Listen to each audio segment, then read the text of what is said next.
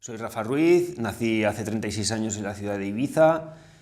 vengo de una familia trabajadora de origen andaluz, ahora mismo soy profesor de educación física en el IES Maccabeach y vivo y trabajo en esta ciudad, la cual es mi pasión y en la cual estoy todos los días intentando mejorar.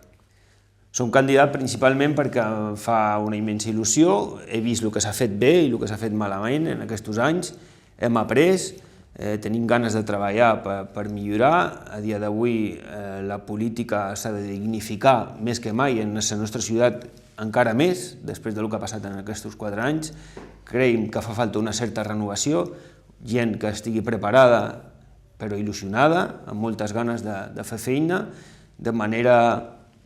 tranquil·la i humil, però amb ganes de poder posar-la al dia a la ciutat. La gent ens demana sobretot que hi hagi neteja, que les carrers estiguin millor, en condicions sense obstacles, que la gent surti en el carrer i que les rajoles no es moguin, que sigui una ciutat amable, que sigui una ciutat dinàmica, que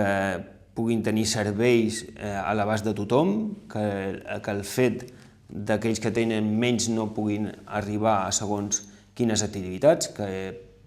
paguen impostos, i a la ciutat d'Eivissa es paguen molts impostos, per exemple, per neteja, i la gent no veu un resultat en la ciutat. Podríem dir que a dia d'avui els vileros no es senten orgullosos de la seva ciutat i això ho hem de canviar i ho canviarem.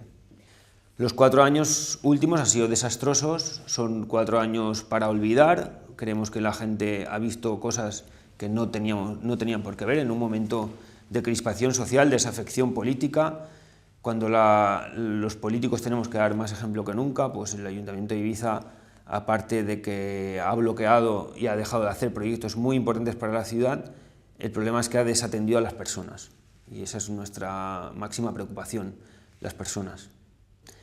Nosaltres treballarem sobretot perquè hi hagi més participació, que la gent ara mateix té ganes de participar i demanda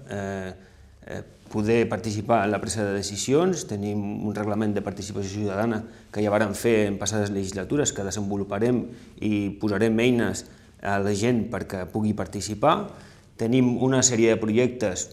aturats que posarem en marxa, que eren projectes progressistes i que es tornaran a ser una prioritat per a la ciutat, però també farem altres de nous, com per exemple tenim pensat i ens faria molta il·lusió fer un auditori a la nostra ciutat, recuperar el passeig de les Figueretes, que és un passeig molt polit, l'únic que té la ciutat a peu de mar i que per nosaltres va ser ja una prioritat i que vàrem fer un avantprojecte i intentarem desenvolupar-lo perquè sigui una realitat per la nostra ciutat.